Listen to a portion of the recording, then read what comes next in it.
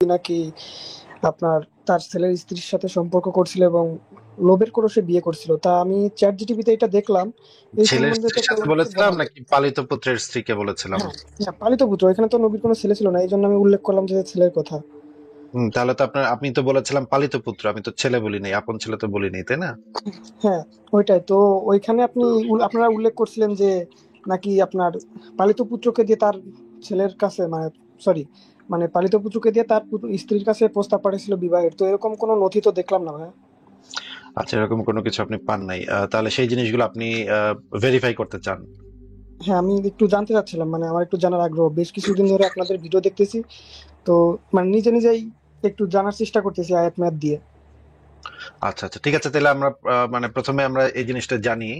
কয়েকটা স্টেপ আছে, তো এই জিনিসটার তো কয়েকটা স্টেপ আছে, স্টেপ বাই স্টেপ যাইতে হবে। মানে আপনি যদি আহ, জিনিসটা ভালোভাবে জানতে চান তাহলে স্টেপ বাই স্টেপ যাইতে হবে। প্রথমে আমাদের জানতে হবে যে এই ছেলেটা কে, ছেলেটার নাম কি, এবং ছেলেটা মানে আহ, ছেলেটাকে মোহাম্মদ নিজের ছেলে হিসেবে আহ, পরিচয় দিত কিনা। প্রথমে আমরা সেটা একটু দেখে নিই, নাকি ভাই? হ্যাঁ, আচ্ছা, প্রথমে আমরা দেখি যে আহ, তৎকালীন সময়ে আরবে পালিত পুত্র, এখনো তো পালিত পুত্র ভাইয়া নেয়ার বিধান শুনছেন, আমি বিভিন্ন আপনার এই জায়গাতে। ভিডিওটা সম্পূর্ণটা দেখছিলাম, এমনকি হাদিসও দেখছিলাম, নিজেও দেখছি। সে নিজের ছেলে মানে পালিত পুত্রকে নিজের ছেলে হিসাবে পরিচয় দিত এবং অনেকেই মুহাম্মদের ছেলে হিসাবে জানতো। হ্যাঁ, পরবর্তীতে আমি জায়েদ এই ইবনে ঘটনাটা মোহাম্মদ দেখি। বলে ডাকতো। হ্যাঁ, জায়েদ ইবনে মোহাম্মদ বলে ভাই, আমাদের তো স্টেপ কিন্তু বাই স্টেপ যাইতে হবে, কারণ হচ্ছে গিয়ে মনে করেন আজকে আপনাকে অতটুকু অংশ দেখাইলাম, তখন আরেক মুমিন এসে বলবে কি, অতমুক অংশটা তো দেখেন নাই, ওইটা তো আর দেখাইলেন না। হ্যাঁ, এই তো আচ্ছা, নাস্তিক তো হারিয়ে গেছে, নাস্তিক তো হারিয়ে গেছে, নাস্তিক তো ওইটা দেখায় নাই। পালিত পুত্র আরে যে এই জায়েদ ইবনে মোহাম্মদ বলে ডাকা হইতো, এটা তো আসিফ মহিউদ্দিন দেখায় নাই। তাহলে তো আসিফ মহিউদ্দিন হাইরা গেল। হ্যাঁ, এইগুলা জ্ঞান জ্ঞান করবে, মুমিনরা কান্নাকাটি করবে, তাদের লাইভে বেশি বেশি কান্নাকাটি করে প্রতিদিন। তা আমি এটা দেখাই নাই, ওইটা দেখাই নাই কেন, সেটা দেখাই নাই কেন। এখন আপনাকে আচ্ছা, যদি আপনি আমি স্টেপ পুরো বাই স্টেপ জিনিসটা দেখান। না দেখাই, তাহলে এই সমস্যাগুলো হয় যে মুমিনরা তাদের লাইভে কান্নাকাটি করে। আমি তো সেই কান্নাকাটি, এখন কান্নাকাটি করলে তো সমস্যা ভাই। কান্নাকাটি, একজন মানুষ কান্নাকাটি করলে তাদেরকে তো আমাদের উচিত না কান্নাকাটি করতে দেয়া। তো এইখানে আমি আপনাকে সংক্ষেপে দেখাই দিই যে এইখানে যে জিনিসটা দেয়া আছে, আসাবে রাসূলের জীবন কথা প্রথম খণ্ড পৃষ্ঠা 127-এ যেটা বলা আছে যে মুহাম্মদ একদিন হাজরে আসওয়াদের পাশে দাঁড়িয়ে কুরাইশদেরকে লক্ষ্য করে ঘোষণা করেন, ওহে কুরাইশ জনমণ্ডলী, তোমরা সাক্ষী থাকো, আজ থেকে জায়েদ আমার ছেলে, সে হবে আমার এবং আমি হব তার উত্তরাধিকারী। এটা মোহাম্মদ বলছিল, এটা তো দেখা যাচ্ছে ভাই, নাকি? হ্যাঁ, তারপরে এরপর থেকে তাকে জায়েদ ইবনে মোহাম্মদ বলে ডাকা হইতো। এই যে দেখেন লেখা, সেই দিন থেকে জায়েদ ইবনে হারিসা হলেন জায়েদ ইবনে মোহাম্মদ। মানে তাকে ডাকা হইতো জায়েদ, মানে মোহাম্মদের ছেলে, ইবনে মানে হচ্ছে ছেলে, মোহাম্মদের ছেলে জায়েদ বলে ডাকা হইতো তাকে, নাকি? জি, আচ্ছা, এই জিনিসটা আমরা ক্লিয়ার হইলাম যে তাকে জায়েদ ইবনে মোহাম্মদ বলে ডাকা হইতো। এবং একটা হাদিসও আছে, বুখারী শরীফের হাদিস দেখেন, এখানে বলা আছে 4782 নম্বর, জায়েদ ইবনে হারিসকে আমরা জায়েদ ইবনু মোহাম্মদ ডাকতাম। একজন সাহাবী বলতেছে যে এই যে আব্দুল্লাহ ইবনে ওমর নামক যে সাহাবী, সে খুবই বিখ্যাত সাহাবী, সে বলতেছে তাকে তো আমরা জায়েদ ইবনু মোহাম্মদই ডাকতাম, যে পর্যন্ত না এই আয়াত নাজিল হয়, যে পর্যন্ত না এই আয়াতটাই, যে সূরা আহজাবের 33-এর 5 নম্বর আয়াতটা যতদিন পর্যন্ত না নাজিল হয়, ততদিন পর্যন্ত তাকে ডাকা হইতো জায়েদ ইবনে মোহাম্মদ। মানে আপন ছেলের মতোই তো মোহাম্মদ তাকে তাকে দেখতো, লালন পালন করছে। লালন পালন করছে। লালন পালন মানে দাস, দাস তো, হ্যাঁ, তাকে নিজের ছেলের মতোই উন্মুক্ত করে দিছিল। মুক্ত করে দিয়ে নিজের ছেলে বানায় নিছে আর কি, নিজের ছেলে, তার নিজের ছেলে হিসেবেই তাকে লালন পালন করতে। এরপরে আয়াত নাজিল হইলো হচ্ছে গিয়ে সূরা আহজাবের 36-37 নম্বর আয়াত নাজিল হইলো। আমরা একটু পড়ি এই আয়াতগুলা, এখানে যে জিনিসটা বলা আছে। আমরা আল বায়ান ফাউন্ডেশনের অনুবাদ পড়ি, সবগুলো অনুবাদই দেওয়া আছে সংশয়.com এ, আপনি চাইলে অন্য অনুবাদগুলো পড়তে পারেন। আমরা আল বায়ান ফাউন্ডেশনের অনুবাদটা সরাসরি সৌদি সরকার দ্বারা স্বীকৃত, এই জন্য এটা আমরা পড়ি। এখানে লেখা, আর আল্লাহ তার রাসূল কোনো নির্দেশ দিলে কোনো মুমিন পুরুষ ও নারীর জন্য নিজেদের ব্যাপারে অন্য কিছু করার এখতিয়ার রাখে না, যে আল্লাহ তার রাসূলকে অমান্য করলে সে স্পষ্টই পথভ্রষ্ট হবে। আচ্ছা, পরের আয়াতে যেটা বলা আছে সেটা আমরা পড়ি, এইটা সবচেয়ে ইম্পর্টেন্ট আয়াত। আহ আমরা একটু পড়বো, এখানে দেখি, এটা হচ্ছে আল বায়ান ফাউন্ডেশনের অনুবাদ। দেখেন এখানে যে জিনিসটা লেখা আছে, আর স্মরণ করো আল্লাহ যার উপর নিয়ামত দিয়েছিলেন এবং তুমিও যার প্রতি অনুগ্রহ করেছিলে, তুমি যখন তাকে বলেছিলে, মানে এই যে এটা হচ্ছে মুহাম্মদকে উদ্দেশ্য করে আল্লাহ বলতেছে, তাই না ভাই? হ্যাঁ, হ্যাঁ, এইখানে বলা হচ্ছে তুমি যখন তাকে বলেছিলে তোমার স্ত্রীকে নিজের কাছে রেখে দাও। ভাই, এই কথা মুহাম্মদ কেন বলতে যাবে বলেন তো, যে তোমার স্ত্রীকে নিজের কাছে রেখে দাও, এই কথা মানে মানে মোহাম্মদ কেন জায়েদকে এটা বলবে বলেন তো? মানে আমি এটা চ্যাট জিপিটিতে দেখছিলাম, আমি তেমন কোনো হাদিস দেখি নাই। ওইখানে বলা আছে যে জাহেদের সাথে যখন তাদের বিবাহ হয়, মানে দাম্পত্য জীবনে অনেক অশান্তি হয়, সে তাকে তালাক দিতে চায়। এই জন্য নবীর কাছে যখন যায় তখন দেখে যে মানে তখন নবীকে যখন বলে, সে তখন আচ্ছা বলে যে আল্লাহকে ভয় করো, তুমি এরকম কিছু করো না, এমন একটা আচ্ছা দেখছিলাম। ঠিক আছে ঠিক আছে, আপনি এটা দেখছিলেন, ঠিক আছে, আমরা একটু পড়ি তাহলে। এখানে আপনি যেটা বলতেছেন ওইখানে চ্যাট জিপিটি থেকে, যে এখানে মানে জায়েদের সাথে জয়নবের গ্যাঞ্জাম লাগতো, ঝগড়াঝাটি হইতো, এই জন্য মোহাম্মদ এটা বলছিল যে তোমার স্ত্রীকে নিজের কাছে রেখে দাও। হ্যাঁ, নিজের কাছে রেখে দাও কথাটা কিন্তু তারপরও মিলতেছে না, নিজের কাছে রেখে দেয়া নাকি নবীর কাছে দিয়ে দেয়া, এটা আসলে মিলতেছে না। আচ্ছা, তারপরে আপনার কথা আমি মানে ইয়া করলাম, আপাতত ধরে নিলাম এটাই সঠিক, যে জায়েদের সাথে জয়নবের মারামারি হইতেছিল, এই জন্য নবী বলছিল তোমার স্ত্রীকে নিজের কাছে রেখে দাও এবং আল্লাহকে ভয় করো। আচ্ছা, এর পরের লাইনে বলা আছে আর তুমি অন্তরে যা গোপন রাখছো আল্লাহ তা প্রকাশকারী। আচ্ছা, মুহাম্মদের অন্তরে কি জিনিস ছিল যেটা গোপন, যেটা আল্লাহ প্রকাশ করে দিল? এইখানে তো মোহাম্মদের উল্লেখ নেই, আমার জানা তো মনে হচ্ছে তুমি অন্তরে যা গোপন করেছো আল্লাহ তা প্রকাশ করে, এটা কি মোহাম্মদকে উদ্দেশ্য করে বলছে? অবশ্যই মোহাম্মদকে উদ্দেশ্য করে বলছে, আপনি পুরো আয়াতটা পড়েন। যে আল্লাহ যার উপর নিয়ামত নিয়েছিলেন এবং তুমি যার প্রতি অনুগ্রহ করেছিলে, তুমি তখন তাকে বলেছিলে তোমার স্ত্রীকে নিজের কাছে রেখে দাও এবং এটা আল্লাহকে কার ভয় স্ত্রী? করো। এটা এটা এটা আল্লাহ পাক। এই যে তুমি বলতেছে, তুমি যখন তাকে বলেছিলে, এখানে তুমি কে আর তাকে কে? তুমি হলো এটাকে মোহাম্মদ। মোহাম্মদ তুমি তাকে বলেছিলে, তাকে মানে জায়েদকে, তাই না? হ্যাঁ তাই তো, যে তোমার স্ত্রী, তুমি তোমার স্ত্রীকে নিজের কাছে রেখে দাও, মানে মোহাম্মদ এটা বলতেছে আল্লাহ তার স্ত্রী। বলতেছে, মোহাম্মদকে বলতেছে সরাসরি, যে তুমি তাকে মানে জায়েদকে বলেছিলে তোমার স্ত্রীকে নিজের কাছে রেখে দাও। আর এখানে এই যে, তাহলে তুমিটা যদি মোহাম্মদ হয়, তাহলে এই যে পরের তুমিটা, যে এই তুমিটা তো মোহাম্মদ বুঝলাম, এই তুমিটা কে বলেন? এটা তো মনে হচ্ছে যে জায়েদকে বলতেছে নাকি? এটা জায়েদকে আল্লাহ পাক কেন বলবে? জায়েদ কি নবী নাকি? জায়েদ কি কি আল্লাহ পাক কি আয়াত পাঠায় নাকি? তাহলে এটা কি নবীকে বলতেছে? তো এইখানে নবী, এখানে এই তুমিটা কে? নবী। তাহলে এইখানে তুমিটা কে? এই তুমি তো, এই তুমি তো একই তো মানুষ। হ্যাঁ। তাহলে এই তুমি লিখবো, আল্লাহ বলতেছে আর তুমি অন্তরে যা গোপন রাখছো আল্লাহ তা প্রকাশকারী। এইখানে তুমিটা কে? মোহাম্মদ তো নাকি? মানে এটা তো আমার জানা মতে যা মনে হচ্ছে, আমি যা বুঝতেছি মানে হচ্ছে আল্লাহ বলতেছে নবীকে যে তুমি যা মানে অভ্যন্তরে গোপন করবা সবই আমি জানি, এরকম কিছু আচ্ছা, বোঝাচ্ছে। এইখানে অন্তরে মোহাম্মদ তাইলে কি গোপন রাখছিল অন্তরে? কি জিনিসটা আল্লাহ মানে মোহাম্মদ কাউকে বলতে লজ্জা পাচ্ছিল এবং অন্তরে গোপন করে রাখছিল, আল্লাহ সেটা প্রকাশ করে দিল। এই যে দেখেন, আল্লাহ তা প্রকাশকারী। এমন কি বিষয় আছে যেটা মোহাম্মদ মনে মনে রাখছিল, মনে মনে ভাবতেছিল, কিন্তু আল্লাহ পাক সেটা আবার প্রকাশ করে দিচ্ছে? জিনিসটা কি আপনি একটু আমাদেরকে বলেন তো। মানে ভাই আমিও আপনার ভিডিও দেখে আপনাকে এটা করতে চাইতেছি, আমি জানতে চাচ্ছি মানে সঠিক তথ্য কি এই সম্পর্কে জানার ইচ্ছা বা সঠিক আগ্রহ তথ্য আছে। তো আমরা দুজনই জানবো, দুজনই জানবো, অসুবিধা কি? এখান থেকে আপনি একটু আমাদেরকে ভাইবা বলেন, মোহাম্মদের অন্তরে নিশ্চয়ই এমন কিছু একটা ছিল যেটা গোপন ছিল, মোহাম্মদ কারো বলে নাই, সেটার কথাই তো আল্লাহ কইতেছে নাকি? হ্যাঁ এরকম কিছুই বোঝাচ্ছে। তাহলে মোহাম্মদের অন্তরে গোপন কোনো একটা কামনা বাসনা বা ইচ্ছা অনিচ্ছা কিছু একটা ছিল নাকি? হ্যাঁ।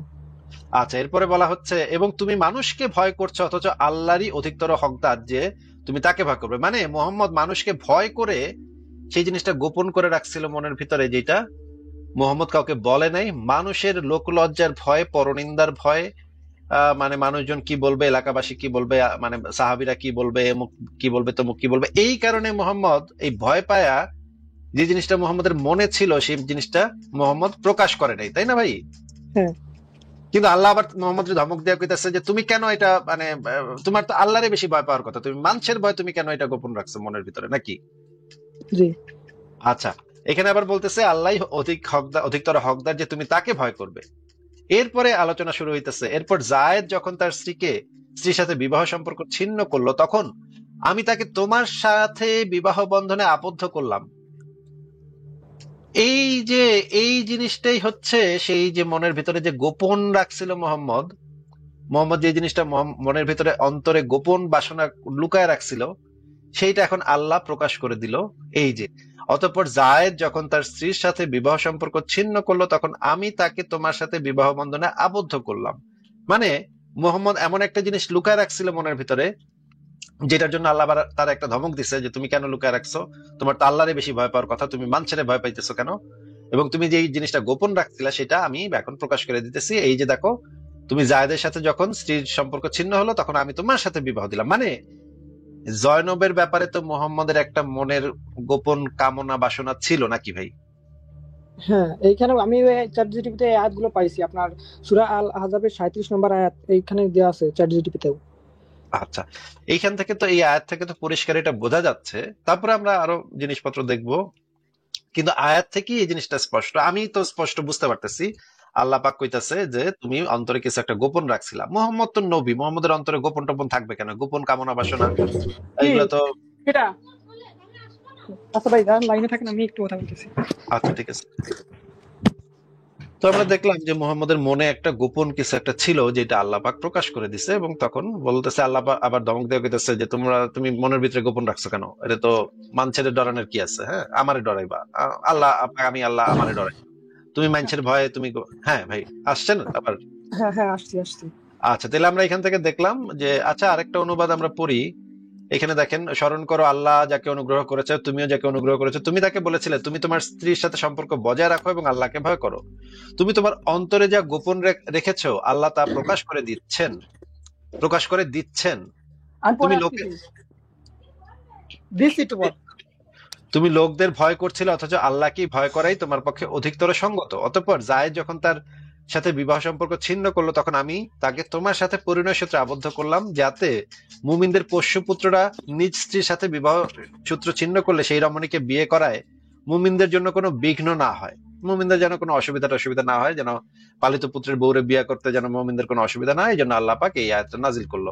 ভাই, এটা আচ্ছা, কি আমি বোঝা গেছে পুরোটা? আমি বুঝতে ভাই, আমি এটা নিয়ে চ্যাটজিপিটিতে প্রশ্ন দিয়েছিলাম যে এটা কি মোহাম্মদ ব্যতীত অন্য কেউ কি এরকম পালক পুত্রকে বিবাহ করছে?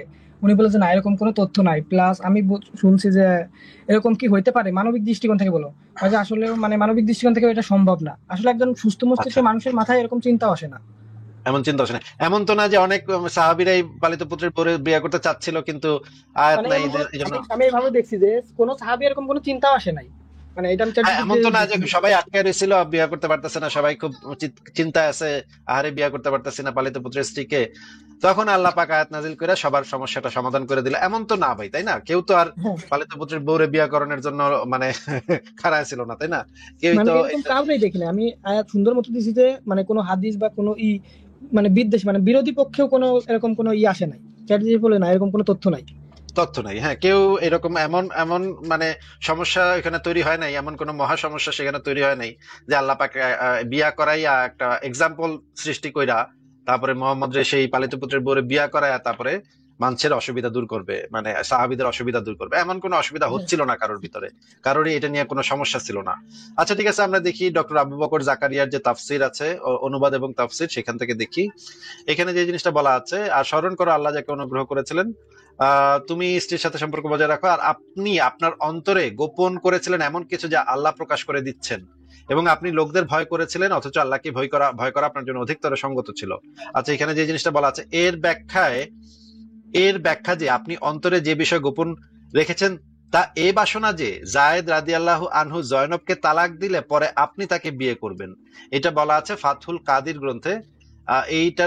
এই কথাটার ব্যাখ্যাটা হচ্ছে এইটা যে মোহাম্মদ অন্তরে এই জিনিসটা গোপন রাখছিল যে জয়নবকে যদি জায়েদ তালাক দেয় তাইলে জয়নবকে নবী গিয়া বিয়া করবে। এইটা মোহাম্মদের মনে একটা সুপ্ত কামনা, সুপ্ত বাসনা ছিল, নাকি ভাই? হ্যাঁ। আচ্ছা, আমি এরকম আর একটা দেখলাম যে আগে থেকে নাকি জয়নব মোহাম্মদ সাল্লাল্লাহু আলাইহি সাল্লামকে পছন্দ করতেন, কিন্তু তখন তিনি বিয়ে করলেন না কেন? আচ্ছা, ওইটা নিয়ে আমরা পরে আসবো, আগে এই জিনিসটা ক্লিয়ার হয়নি। এবার আমরা তাফসির থেকে পড়ি। এই যে দেখেন, তাফসিরে যে জিনিসটা বলা আছে, তাফসিরে মাঝারিতে যে জিনিসটা বলা আছে, আমরা একটু দেখি। ভাই, আপনি একটু আমাদেরকে এই লাল বক্সের অংশটুকু পড়ে শোনাবেন? গাবি লিখছেন, আলোচ্য আয়াতে বর্ণিত হওয়ার পর হযরত জয়নাব ও তার ভ্রাতা বিবাহ প্রস্তাবে সম্মত হলেন। বিষয়টি তার সম্পূর্ণ ছেড়ে দিলেন রাসূল সাল্লাল্লাহু আলাইহি ওয়াসাল্লামের অধিকারে।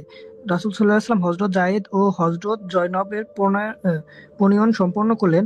নিজ পক্ষ থেকে তাদের উপহার হিসাবে দিলেন 10 দিনার, 60 দিরহাম, একটি চাদর, একটি কুর্তা, একটি উড়না ও একটি লুঙ্গি। আর খাদ্যশস্য হিসাবে দিলেন 50 সের আটা, 4 মণ খেজুর। কিছুদিন পর কোনো এক কার্যকলাপে রাসূল সাল্লাল্লাহু আলাইহি ওয়াসাল্লাম উপস্থিত হলেন।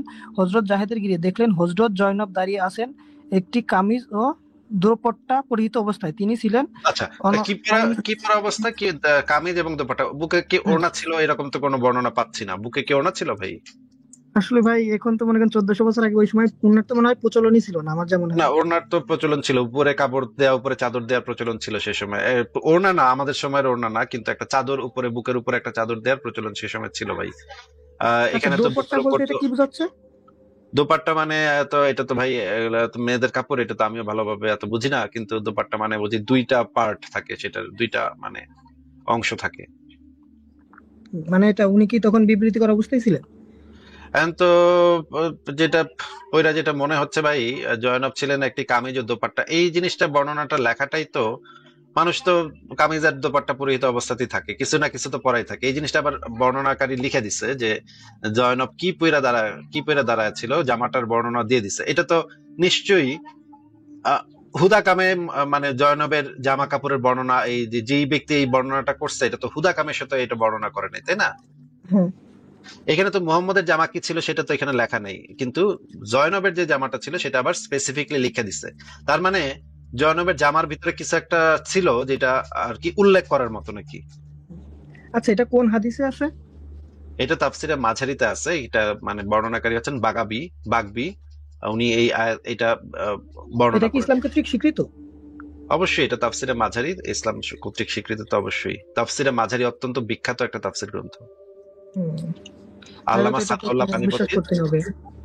আল্লামা সানাউল্লাহ পানিপথের অত্যন্ত বিখ্যাত প্রখ্যাত একটা তাফসীর গ্রন্থ। এই গ্রন্থগুলাতে বিভিন্ন ধরনের বর্ণনা, কে কি বর্ণনা করছে, কার বর্ণনা থেকে কিরকম আসছে, সেই জিনিসগুলো আসছে। আচ্ছা আমরা একটু পড়ি। এখানে তো একদম স্পেসিফিকলি ড্রেসের বর্ণনা দিছে, ড্রেসের বর্ণনা দেওয়াটা তো একটু সন্দেহজনক ঠেকতেছে, কারণ হচ্ছে মুহাম্মদের ড্রেসের বর্ণনা নাই, বা আচ্ছা মোহাম্মদ ভাই, এখানে যে ইয়ারিন। দেখতেছি কিছু লোক কমেন্ট করতেছে, এনারা বলতেছে দাপটটা মানে ওড়না বলে, যে এখানে বলতেছে ইরাবতী, তারপরে এই ও কি একটা নাম আচ্ছা দেওয়া আছে। আচ্ছা, দোপাট্টা ওড়না হইলে হইতে পারে, কিন্তু আমি আসলে জানি না দোপাট্টা জিনিসটা কি, এটা তাহলে আমি তো আসলে। এখানে তো ভাই এমন কিছু তো আসে না যে বিবৃতিকর অবস্থায় আছে, এটা তো দেখা যাচ্ছে কিন্তু সুন্দর পরিবেশে আছে। কিন্তু এই এই যে জামা কাপড়ের বর্ণনাটা দেয়াটাই তো হচ্ছে গিয়ে আমার কাছে সন্দেহ ঠেকতেছে। এটা তো জামা কাপড়ের বর্ণনা কেন দিল এখানে? কিন্তু জামা কাপড়ের বর্ণনা দেওয়ার তো কথা না। মানে হয়তো জামা আপনি মাইন্ডসেট আপনি হয়তো নিতেছেন যে খারাপ ভাবে, অথবা মনে করেন যে কিন্তু বাসা বাড়িতে মনে করেন যে মহিলা মানুষ, আপনার কথাই বলি, বাসা বাড়িতে অনেক সময় তো মনে করেন যখন নিরিবিলি পরিবেশ থাকে, মানে ওরকম তো আন্দাজে ওরকম ফিলিং তো থাকতে পারে না সবসময় পরিপাটি। এই জন্য হয়তো উল্লেখ করে দিছে যে যাতে সুশৃঙ্খল ভাবে ছিল, আচ্ছা, হ্যাঁ এরকম এটা কিছু হইতে থাকতে পারে, পারে। হ্যাঁ ঠিক আছে, এটা হইতে পারে যে বাসা বাড়ির জামা কাপড়ের ছিল। আচ্ছা আরো পড়বো আমরা, আরো আছে বর্ণনা, আরো আছে বর্ণনা, যেখানে শেষ হয়ে গেছে তা না। তো তিনি ছিলেন অনিন্দ রূপসী কুরাইশ বালা, রাসূলের রাসূল সাল্লাল্লাহু আলাইহি সাল্লামের ভাবান্তর জন্মালো। দেখলেন এই লাইনটা দেখা যাচ্ছে, যে ভাবান্তর চিন্তা, জন্মালো। সে চিন্তা করতেছে, ভাবান্তর মানে ভাবটা চেঞ্জ হইলো আর কি। ভাবতেছে যে সে তারে ও, নিবে, তাই তো? দেখে দেখে কি ভাবতেছে আপনারা একটু বুঝান তো। ভাই আমি এটা তো জানি না, আল্লাহ কত মহান এটা হয়তো ভাবতেছিল নেগেটিভ নাকি? কিছু ভাবতেছে বা না না, পজিটিভ। আল্লাহ কত মহান, জান্নাতে আল্লাহ পাক কি কি দিব, বা মানে নামাজ কয়বার পড়ন লাগবো, নামাজের সময় কি সিজদা কেমনে করবো, এগুলো নিয়ে ভাবতেছিল মোহাম্মদ এই মানে ওই জয়নবের দিকে তাকায় তাকায় নাকি? এটা তো মোটেও না। এটা তো মোটেও না, এটা বোঝাই যাচ্ছে সুন্দরী মাইয়া দেখছে একটা, মাইয়া দেখে তো মানুষ সেই হ্যাঁ, জিনিস মানে ভাবান্তর যে কি হয় সেটা তো আমরা বুঝি, আপনিও বুঝেন আমিও বুঝি, আমরা দুজনই বেটা মানুষ, আমরা দুজনই বুঝি সুন্দর মাইয়া দেখলে মনে কি সেটাই। লাগে। তো আপনিও বুঝলেন আমিও বুঝলাম, আর বেশি কথা কইলাম না। আচ্ছা এরপরে আমরা দেখি মুখে কেবল বললেন সুবহান আল্লাহ। দেখেন এখানে মোহাম্মদ মুখে বললেন সুবহান আল্লাহ। তো মোহাম্মদ মুখে মুখে বললো সুবহান আল্লাহ, মানে কি দেখে মানুষ সুবহান আল্লাহ বলে বলেন তো? একটা গান আছে না আমির খানের সুবহান আল্লাহ, ওই যে হয়তো মানে তার সৌন্দর্য দেখে। ওয়াও, সৌন্দর্য দেখে সুবহানাল্লাহ বললেন। এরপরে লেখা আল্লাহ অন্তরসমূহের বিবর্তক, মানে আল্লাহ অন্তরসমূহ পরিবর্তন করে। তারপর আচ্ছা ফিরে ভাই, এলেন আমার স্বগৃহে। একটা প্রশ্ন, যে এর হ্যাঁ, আগেও তো অনেকবার দেখছি তার তো চাচাতো বোন, তো এইবার কেন সুবহানাল্লাহ বললো? আগে বোধহয় বোরখা টোরকার ভিতরে দেখছে, কারণ ওই আরব অঞ্চলে তো বোরখা মানে এরা তো কুরাইশ মহিলা, এই আরব অঞ্চলে তো বোরখা টোরকার ভিতরে থাকে, আগে হয়তো সেভাবে ভালোভাবে দেখে নাই, কিন্তু এইবার তো একদম মনে হয় বাসায় গিয়ে একদম মনে হয় ভালোভাবেই দেখছে আর কি, যেটা দেখা দরকার সেটা দেখছে আর কি, তাই না? হ্যাঁ, এমন কিছু হইতে পারে। আচ্ছা আমরা আরো পরে আরো বর্ণনা আছে, সেগুলো দেখবো আমরা। তারপর ফিরে ফিরে এলেন স্বগৃহে, পরে হযরত জায়েদের সাথে দেখা হতেই তিনি তার অন্তরের ভাবান্তরের কথা জানালেন। জায়েদের সাথে যখন দেখা হইলো তখনই মোহাম্মদ তাকে বলল যে, কি বললো ভাই, কি কইলো কন্ত? এই যে হযরত জায়েদের অন্তরে তখন হযরত জয়নবের প্রতি সৃষ্টি বিত বিতরাগ, কি বিতরাগ, এটা কি হবে ভাই? রাগ, এক ধরনের রাগ সৃষ্টি হইলো। যে কিছুদিন পর তিনি রাসূল সাল্লাল্লাহু আলাইহি সাল্লামের এই লাইনটা আগে একটু বুঝায় নেন। পরে হযরত জায়েদের সাথে দেখা হতেই তিনি তার অন্তরের ভাবান্তরের কথা তাকে জানালেন, মানে জায়েদের তখন মোহাম্মদের সাথে দেখা হইলো, তখন জায়েদ বলল যে আমার মনে তো কুছকুছ হতা হে রে বেটা, আমার তো মনে কুছকুছ হতা হে, নাকি ভাই? এমন কিছুই তো বোঝাচ্ছে। আচ্ছা তারপরে হযরত জায়েদের অন্তরে তখন থেকে হযরত জয়নবের প্রতি সৃষ্টি হলো বিতরাগ, মানে তখন থেকে জায়েদ জয়নবের উপরে চেতে গেল। মানে নাকি? সেই সময় থেকে কি বিচ্ছেদের এটা শুরু হয় নাকি আগে থেকে এটাতে ছিল? এটা তো এখানে লেখা সেই সময় থেকে, তখন থেকে শুরু হইলো জায়েদের শুরু হইলো রাগ জয়নবের উপরে। কারণ মানে বাপে দেখে ফেলাইছে, মানে বউরে নতুন বউ বিয়া করছে, বাপে দেখে ফেলাইছে, এখন বাপের খায়স হইছে, এখন তো জায়েদ আর কি করবো, জায়েদ তো চেতে গেছে বউয়ের উপরে চেতছে, এখন জায়েদের তার কিছু করার নাই, তাই না? হ্যাঁ। আর জায়েদ কি করলো, কিছুদিন পর তিনি রাসূলের সকাশে নিবেদন করলেন, হে আল্লাহ রাসূল, আমি জয়নবের সাথে সম্পর্ক ছেদ করতে চাই। তিনি মানে রাসূলুল্লাহ বললেন, কেন? জয়নব কি তোমার সাথে অশোভন আচরণ করে? তিনি বলেন, আল্লাহর শপথ, আহ আমার আমি তার নিকট ইষ্ট ব্যতীত অনিষ্ট কিছু পাইনি। মানে সবকিছু ঠিক আছে, মানে সম্পর্ক সবই ঠিক আছে, কোনো খারাপ কিছু নাই জয়নবের ভিতরে। তবে জাত্যাভিমান তার প্রকোপ, মানে জয়নবের ভিতরে খুবই জাতের মানে আছে, জাতের অহংকার আছে। অহংকার আছে, হ্যাঁ। মাঝে মাঝে সেই কথা প্রকাশ করে। রাসূল বললেন, তোমার সহধর্মিণীকে তোমার কাছেই রাখো। এই যে দেখেন, তোমার সহধর্মিণীকে তোমার কাছে রাখো, এই যে আয়াতের ভিতরে যেটা আসছে না, সেটা এখন আসলো কোরআনের আয়াতে, যেটা আমরা পড়ছিলাম, তোমার কাছেই রাখো, হ্যাঁ। নিজের কাছে রাখো, এটা এখানে আসছে। এ তার ব্যাপারে আল্লাহকে ভয় করো। আবু জায়েদের সূত্রে ইবনে জারির এরকমই বর্ণনা করেছেন। আরো বলেছেন, এই ঘটনার পরিপ্রেক্ষিতে অবতীর্ণ হয় নিম্নের আয়াত। আবু জায়েদের সূত্রে ধরে ইবনে জারির, অত্যন্ত বিখ্যাত একজন ইমাম ইবনে জারির, এই বর্ণনাটাই করছে। আচ্ছা, এরপরে আয়াত নাজিল হলো, এই আয়াতটা নাজিল হলো। আচ্ছা ঠিক আছে, আমরা এই জিনিসটা পড়লাম। এখানে যে জিনিসটা বলা আছে, এরপর বলা হচ্ছে, তুমি তোমার অন্তরে যা গোপন করেছো আল্লাহ তা প্রকাশ করে দিচ্ছেন। এখান থেকে একটু পড়েন তো ভাই, কি লেখা? ওই যে হযরত আনসার থেকে বা হ্যাঁ, হযরত আনাস থেকে। হযরত আনাস থেকে বুখারী বর্ণনা করেছেন, হযরত জায়েদ ও হযরত জয়নব সম্পর্ক অবতীর্ণ হয়েছে আলোচ্য আয়াতে। হাসান বলেছেন, হযরত জায়েদ তার বিবাহ বিচ্ছেদের ঘটনার কথা বললে রাসূল সাল্লাল্লাহু আলাইহি সাল্লামের অন্তরের উদ্বুদ্ধই হয়েছিল অনিচ্ছাকৃত প্রীতি, কিন্তু ও ও লজ্জা ও ও ও ও ও ও ও ও, অনিচ্ছাকৃত প্রীতি, মানে প্রীতি মানে তো ভালোবাসা নাকি? হ্যাঁ, অনিচ্ছাকৃত মানে তার সে চাচ্ছিল না, তারপর তার ভিতরে একটা ভালোবাসা বা কোনো একটা কিছু উদ্বুদ্ধ হয়েছে, তাই কামভাব, তো? কামভাব জাগছিল নাকি? হ্যাঁ, ভাই আচ্ছা। এই কিন্তু লজ্জা ও আত্মসম্মানে বাধার কারণে তিনি তা প্রকাশ করেননি। ও, মোহাম্মদের অন্তরে আগে থেকেই ডাল কুছ কুছ হতা হে, দিল মে লাড্ডু ফুটতাছে, কিন্তু কিছু কইতে পারে না, কারণ পোলার বউ কেমনে কইবো। মনে মনে তো খায়েশ হইতাছে, কিন্তু কেমনে যে কই পোলার বউ, পোলার বউরে তো এইভাবে করণ যায় না, আমি কি যে করি। আচ্ছা ঠিক আছে, পরেন এরপরে। কেউ কেউ বলছেন, ভাই বাসায় আব্বু আসছে তো নাম নানি, হ্যাঁ। আচ্ছা, আমি পড়ে শোনাই। কেউ কেউ বলেছেন, রাসূল মনে মনে এরূপ ধারণা পোষণ করতেন যে জায়েদ জয়নবকে ছেড়ে দিলে তিনি তাকে বিয়ে করবেন। হযরত ইবনে আব্বাস বলেছেন, রাসূল হযরত জয়নবের প্রতি অনুরাগ লালন করতেন অন্তরাভ্যন্তরে। মানে ইবনে আব্বাস মানে হচ্ছে মোহাম্মদের একদম ঘনিষ্ঠ, সবচেয়ে হ্যাঁ, ঘনিষ্ঠ সাহাবী, সে কাছের লোক। বলতেছে, সবচেয়ে কাছের লোক, সে বলতেছে রাসূল জয়নবের প্রতি অনুরাগ লালন করতেন অন্তরাভ্যন্তরে। কাতাদা বলেছেন, তিনি মানে মোহাম্মদ মনে মনে চাইতেন হযরত জায়েদ যেন হযরত জয়নবকে পরিত্যাগ করেন। মনে মনে চাইতেছিল যে, আরে যদি পোলাটার তালাকটা দিত রে, তাহলে আমি করতে পারতাম রে, ইস, তোকে আচ্ছা, এটা তালাকটা কি কেন সে দেয় না। ধারণা করতেছে নাকি এটা প্রকাশ করছে? এরা তো ভাই সাহাবী, যে হযরত ইবনে মানে আব্বাস, সে এরা কি তো ধারণা করতেছে না প্রকাশ করছে নবী? মানে হাব ভাব দেখে তো অনেক কিছু বোঝা যায়, তাই না? হাব ভাব, ভাব ভঙ্গি, কথাবার্তা হ্যাঁ, দেখে তো অনেক চোরের কিছু মন বোঝা পুলিশ যায়। পুলিশ। এরা তো সব সময় মোহাম্মদের সাথেই থাকতো, ইবনে আব্বাস তো সবসময় মোহাম্মদের সাথে সাথে থাকতো। হুম। মোহাম্মদের ভিতরে কি দেখছে, কি দেখা যে এই কথা কইলো, এটা তো ভাই আমি এখান থেকে কইতে পারুম না। কিন্তু যেহেতু তারা ঘনিষ্ঠ ব্যক্তিবর্গ, একদম কাছের লোক এবং একদম সবচেয়ে খাস সাহাবী, এরা তো ভাই মোহাম্মদের ভিতরে নিশ্চয়ই কিছু না কিছু দেখছে, দেখেই কইছে, এটা তো আর তারা তো আর ভুল করার কথা না। আচ্ছা, পরে আমরা দেখি সুফিয়ান ইবনে উয়াইনা সূত্রে বাগাবী লিখেছেন, হযরত জায়েদ ইবনে জাজ আন বলেছেন, আমাকে ইবনু জয়নুল আবেদিন জিজ্ঞেস করলেন, তুমি অন্তরে যা গোপন করেছো আল্লাহ তা প্রকাশ করে দিচ্ছেন, এই আয়াত সম্পর্কে হাসান কি বলেন? তিনি বলেন, হযরত জায়েদ যখন বললেন, আমি জয়নবকে পরিত্যাগ করতে চাই, তখন রাসূল মনে মনে খুশি হলেন, কিন্তু মুখে বললেন, তোমার স্ত্রীকে তোমার কাছেই থাকতে দাও। আচ্ছা, মানে যখন জায়েদ বুঝতে এসে পারছি, বলছিল বুঝতে তালাক পারছি। দিব, তখন মোহাম্মদ আসলে মনে মনে খুশি হয়েছিল নাকি ভাই? যে মনে মনে আনন্দ পাইছি, মনে করেন যে আমার কথাই বলি যে আমাকে আমার ফ্রেন্ডরা ফেল করছে, আমি মনে মনে মুখে মুখে সান্ত্বনা দিলে মনে মনে তো খুশি লাগতেছে, সত্যি কথা এটা। আচ্ছা ঠিক আছে, এরপর আমরা তাফসিরে জালালাইন থেকে এবার একটু পড়ি, দেখি এখানে কি বলা আছে। পঞ্চম খণ্ড, পৃষ্ঠা 149, এখানে যে জিনিসটা বলা দেখেন, আলোচ্য আয়াতটি আব্দুল্লাহ বিন জাহাস ও তার বোন জয়নবের শানে অবতীর্ণ হয়। রাসূলুল্লাহ সাল্লাল্লাহু আলাইহি ওয়াসাল্লাম জয়নব বিন জাহাসকে যায়েদ বিন হারিসার নিকট বিয়ে দেওয়ার প্রস্তাব পাঠান এবং তারা উভয়ে তা অস্বীকৃতি জ্ঞাপন করেন, কেননা তারা প্রথমে মনে করেন রাসূল নিজের জন্য প্রস্তাব দেন। অতঃপর উক্ত আয়াত নাজিল হওয়ার পর তারা সম্মতি দেন। এটা এরপর নিচে লেখা, অতঃপর রাসূলুল্লাহ যখন জায়েদের সাথে জয়নবকে বিয়ে দেন, কিন্তু কিছুদিন অতিবাহিত হওয়ার পরে হযরত জয়নবের সাথে জায়েদের মনোমালিন্য দেখা দেয়। রাসূলের কাছে জয়নবের মহব্বত সৃষ্টি হয়। অতঃপর জায়েদ রাসূলুল্লাহর কাছে এসে জয়নবকে তালাক দেওয়ার ইচ্ছা প্রকাশ করেন। আল্লাহর রাসূল বলেন, তুমি তোমার স্ত্রীকে তোমার পরিণয় সূত্রে আবদ্ধ রাখো, যেমন আল্লাহ তাআলা বলেন, আল্লাহ যাকে অনুগ্রহ করেছেন ইসলাম দ্বারা, আপনিও যাকে অনুগ্রহ করেছেন আজাদের মাধ্যমে, তিনি হলেন জায়েদ বিন হারিসা। তিনি জাহেলি যুগে বন্দীদের মধ্যে ছিলেন। অতঃপর রাসূল নবুয়তের পূর্বে তাকে ক্রয় করেন, মুক্তি দিয়ে পালক পুত্র হিসেবে সম্বোধন করেন যখন তাকে আপনি বলেছিলেন, ইত্যাদি। তোমার স্ত্রীকে তোমার কাছেই থাকতে দাও, তালাকের বিষয়ে আল্লাহকে ভয় করো। আপনি আপনার অন্তরে এমন বিষয় গোপন করেছিলেন যা আল্লাহ পাক প্রকাশ করে দেবেন। তোমার অন্তরে জয়নবের মহব্বত ও জায়েদ তাকে তালাক দেওয়ার পর আপনি তাকে বিবাহ করার সিদ্ধান্ত আল্লাহ প্রকাশ করে দেবেন, এবং আপনি লোকনিন্দার ভয় করছিলেন, লোকেরা বলবে মুহাম্মদ তার পালক পুত্রের স্ত্রীকে বিবাহ করেছে, অথচ আল্লাহ কি অধিক ভয় করা উচিত।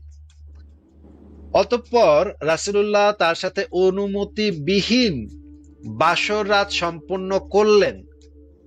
দেখা যাচ্ছে হ্যাঁ, ভাই, আমি শুনতেছি এবং দেখতেছি। অনুমতিবিহীন বলতে? মানে কোনো আকদ হয় নাই, কোনো মাহর হয় নাই, কিচ্ছু হয় নাই, কোনো বিবাহের কোনো অনুষ্ঠান হয় নাই। জাস্ট মাইয়া ওই যে জায়েদ তালাক দিছে, মোহাম্মদ তারে ঘরে উঠাইছে, ঘরে উঠায় শুরু করে দিছে কাম। কোনো আকদ, কোনো মাহর কিচ্ছু হয় নাই।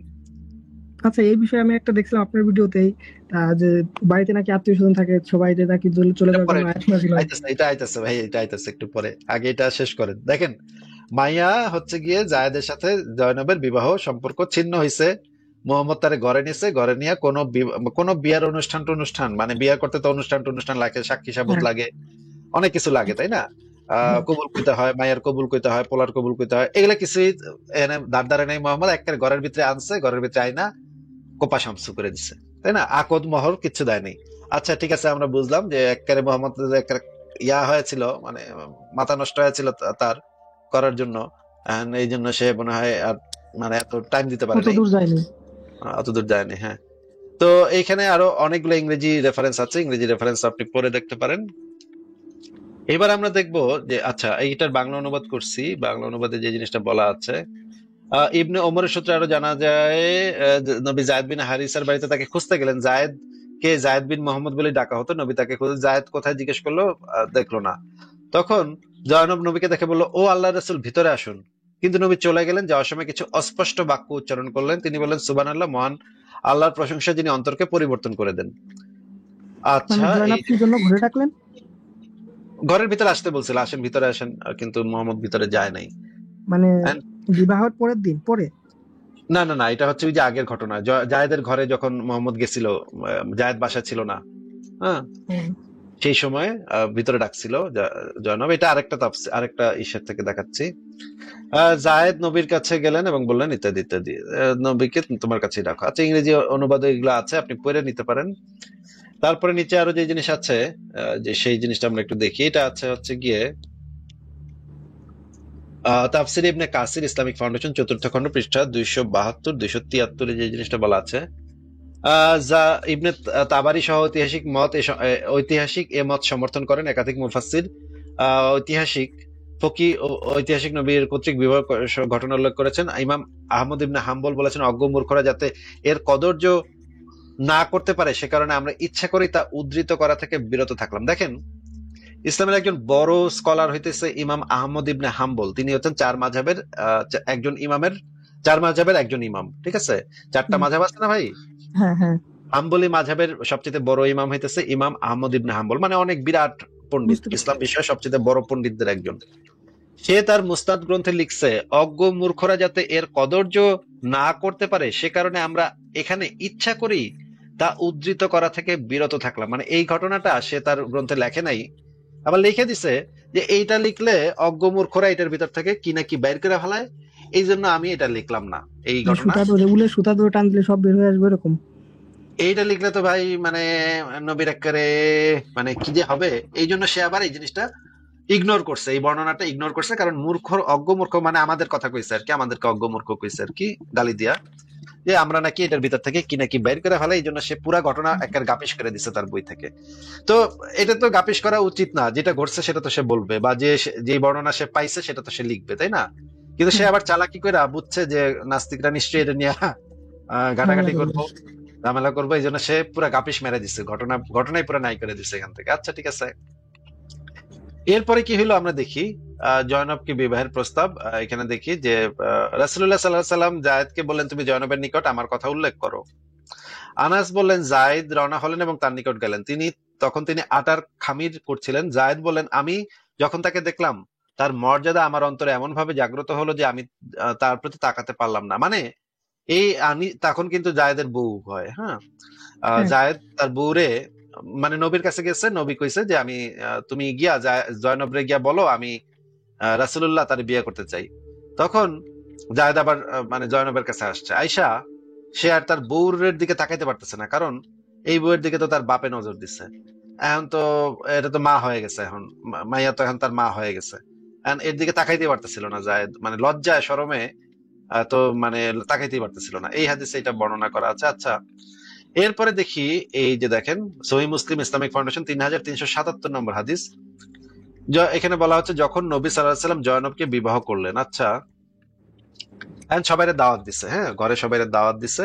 আহ, আহ, দাওয়াত দেওয়ার পরে দেখেন কি হয়েছে, তারা তার কাছে আসতে শুরু করলো এবং খেয়ে চলে যেতে লাগলো। আর নবী সাল্লাল্লাহু আলাইহি সাল্লাম তার হাত খাদ্যের উপর রাখলেন এবং দোয়া পড়লেন।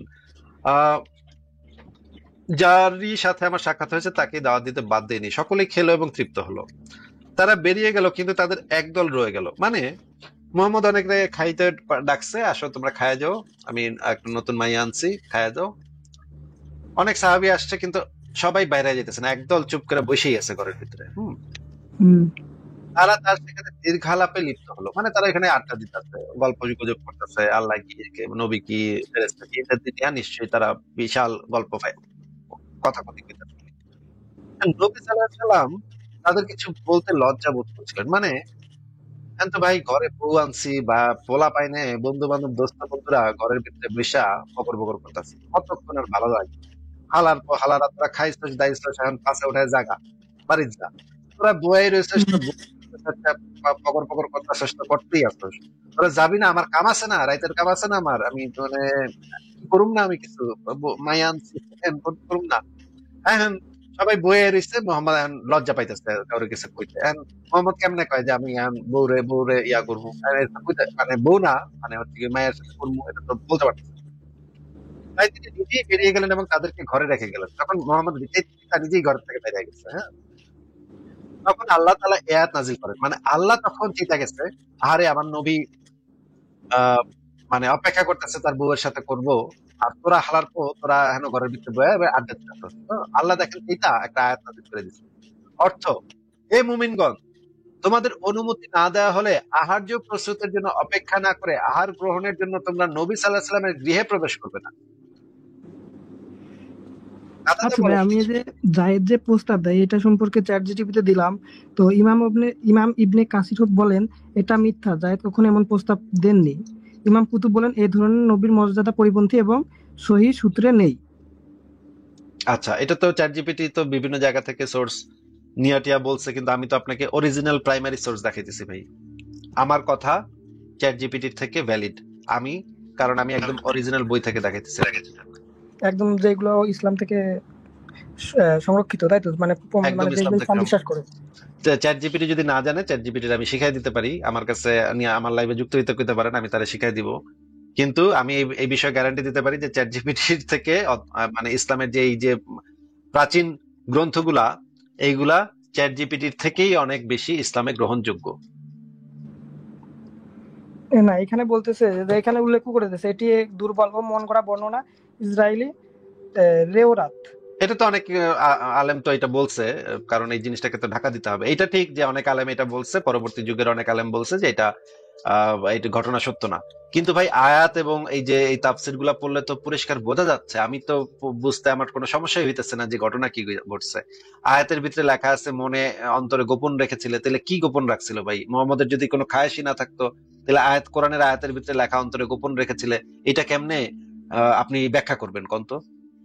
হ্যাঁ সেটাই। চ্যাট জিপিটির কোন, তাহলে তুই বেটা ব্যাখ্যা করে দে যে এই যে এটা অন্তরে কি গোপন রাখছিল আল্লাহ নবী। আচ্ছা এখন যদি কি আমি বলে রাখবো এখন? আচ্ছা আপনি বললেন, পরে বলেন, আগে এই জিনিসটা দেখে নিই। তারপরে দেখেন এই যে ঘরের ভিতরে মুমিনরা খাওয়া দাওয়া করতেছে, আড্ডা টাড্ডা দিতেছে, তখন আল্লাহ ধমক দেওয়া আয়াত পাঠাইছে যে ঘরের ভিতরে বয়ে থাকবি না, খাওয়া হয়ে গেলে তোরা যাবি গা। তখন ওরা উঠা চলে গেল, এই সময় তারা উঠা চলে গেল। এটা হচ্ছে 33 নম্বর সূরার 53 নম্বর আয়াতে এই জিনিসটা বলা আছে যে তোরা খাওয়ানোর পরে যাবি গা, আমার নবী এখন কাম করবো। সহিহ আচ্ছা মুসলিম এটা ইসলামিক এটা হ্যাঁ বলেন। সূরায় আসার কারণ কি? এইটা সূরায় যে পোলাপাইন বয়া ছিল ঘরের ভিতরে, মোহাম্মদ বিবি আনছে, এখন মানে খাইতে ডাকছিল, খায়া তারপর বয়ে রইছে, এই যে দীর্ঘ বাক্যলাপে লিপ্ত হয়ে রইছে, হালার পুতারা যায় না, ঘরের থেকে বাইরে না। নবী এখন কাম করব, জরুরি কাম, রাইতের কাম করব, এখন পোলাপাইন যাইতেছে না, এখন তো মোহাম্মদ এখন কি করব, সে রাইকা ঘরের থেকে বাইরে গেছে। এখন ঘরের থেকে বাইরে গেছে, তখন আল্লাহ পাকে এই আয়াতটা নাজিল করছে যে তোমরা ঘরে বাইরে থাকবা না। মানে দেখেন আল্লাহর কত টেনশন, আমার নবী মানে ঠিকঠাক মতো করতে পারতেছে কিনা এটা নিয়ে আল্লাহ খুবই মানে চিন্তিত, নাকি ভাই?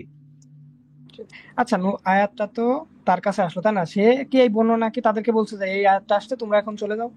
হ্যাঁ হ্যাঁ, ঘরের ভিতরে ঢুকে তখন আল্লাহর পাকের আয়াতটা সে সবাই শুনাইলো যে এইমাত্র আল্লাহ পাক একটা আয়াত নাজিল করছে, তোরা বাইরে ঘরের থেকে, তোরা বয়ের রইছিস কে, তোরা এই যে দেখ আল্লাহ পাক আয়াত নাজিল করছে এটা। হম এই এই বিষয়টা তো হাস্যকর ভাই।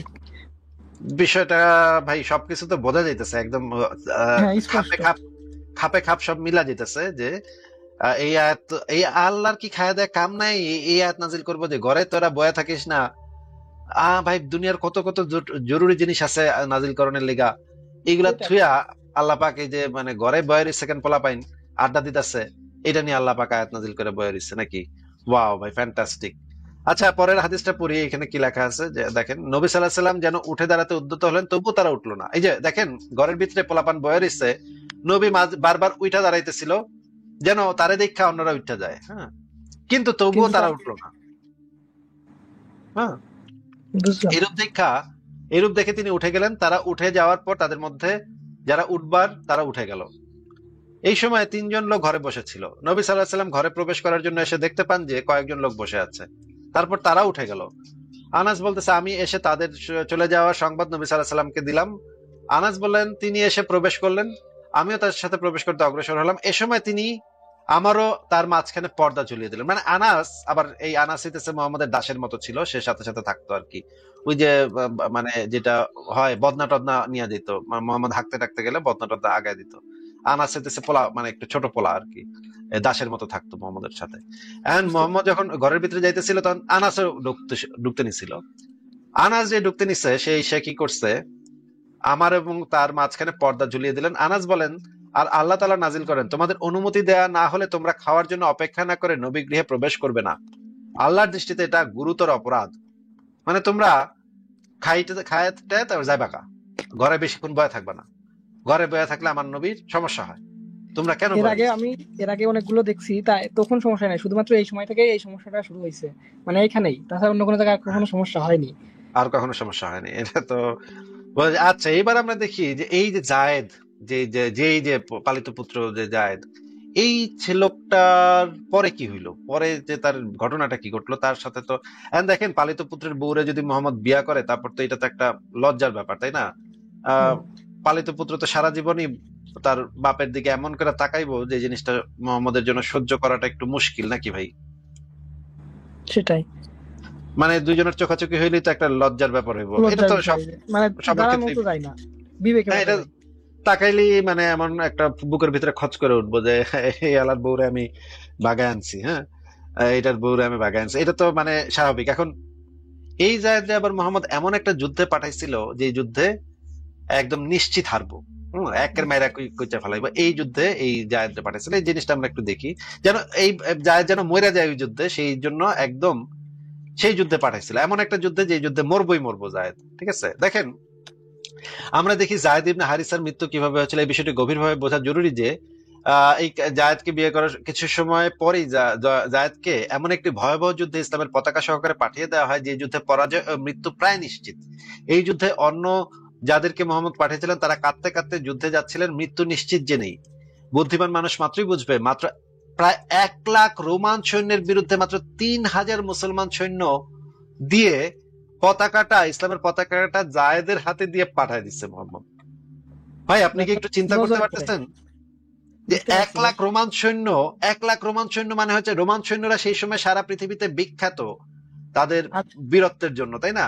হ্যাঁ, 1 লাখ রোমান সৈন্যের বিরুদ্ধে পাঠাইছে 3,000 মুসলমান, জায়েদে দিছে পতাকা, মানে দশ সবার হাজার আগে। হইলেই তো মনে করেন যে নিশ্চিত ঠকবে, আর ওইখানে তো 1 লাখ। ভাই ইসলামের পতাকা আলা বেড়ায় সবচেয়ে আগে থাকে, এটা তো জানেন নাকি? সেটাই, যাতে মনে করেন যে ওর উপর টার্গেটটা থাকে। টার্গেটে পাঠাই দিছে, একেবারে তুই যে মরবি একেবারে নিশ্চিত টার্গেটে পাঠাই দিছে। এটা আমরা হ্যাঁ। একটু দেখি কোত্থেকে কেমনে পাঠাইছে। এটা আছে আর রাহিকুল মাকতুমে 442 নম্বর পৃষ্ঠাতে আমরা দেখি, সৈন্য পরিচালকগণ এবং রাসূলুল্লাহ এর ওসিয়ত।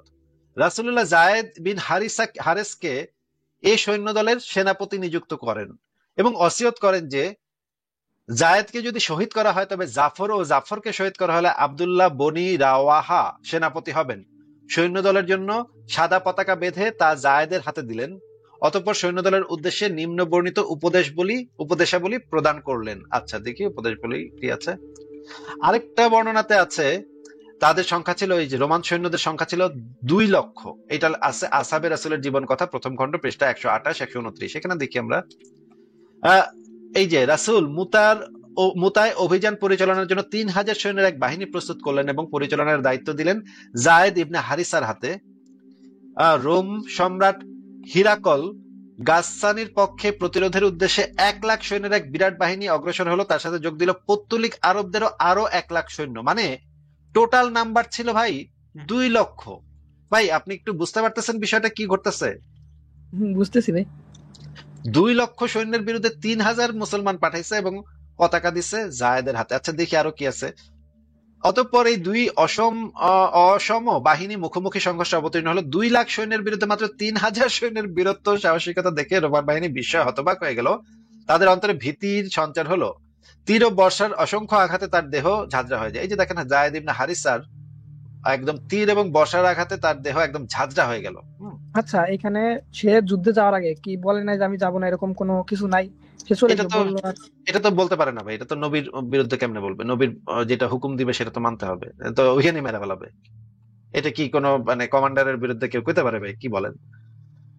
আচ্ছা ঠিক আছে, এই জিনিসটা আমরা দেখি যে, এবং এইখানে আরেকটা বর্ণনা আছে যে ওই মানে সে যাওয়ার সময় লোকেরা কাঁদতেছিল। হ্যাঁ আচ্ছা আমি একটু বর্ণনাটা খুঁজে দেখি কোথায় আছে, আমি ভুলে গেছি কোথায় আছে। আহ অনেক যাদেরকে এই সে পাঠাইছিল তাদের ভিতরে অনেকে কাঁদতেছিল, তখন হো হো করে কাঁদতেছিল, যে তারা নিশ্চিত ছিল যে এখানে গেলে একেবারে সাথে সাথে গেলে একেবারে নির্ঘাত মরবে তারা। সেটাও একটা বর্ণনাতে ছিল, আমি এই জিনিসটা এখানে অ্যাড করছিলাম, কোথায় যে আছে আমি একটু খুঁজে আচ্ছা দেখি। ভাই, সমস্যা নেই, না থাকলে স্কিপ করেন, আমি তো যতদূর দেখলাম এখান থেকে তো বুঝলাম। না না আমি একটু দেখে নিই, আমি এখানটা অ্যাড করছিলাম মানে সেই সময়ে, এখন দেখতেছি না কেন। উম,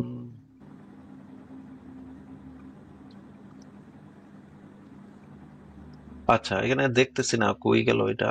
এই যে যাদেরকে পাঠাইছিল তাদের ভিতরে আরো কয়েকজন সাহাবী সেই সময় হো হো করে কাঁদতেছিল যাওয়ার সময়।